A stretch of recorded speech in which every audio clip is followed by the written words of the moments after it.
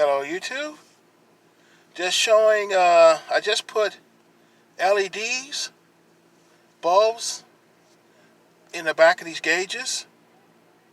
As you can see here, it is really detailed, it's really bright.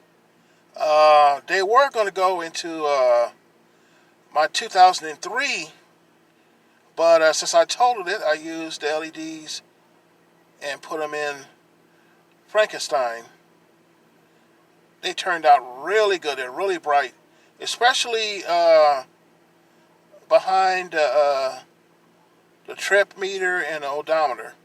It's coming out really white colored, but outside of that, it's really brilliant. I can see it from with my bad eyes and my glasses. I can see everything clearly without my glasses on. So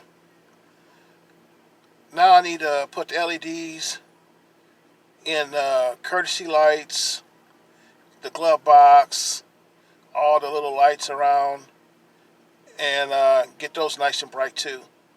Just showing what it looks like. Till next video.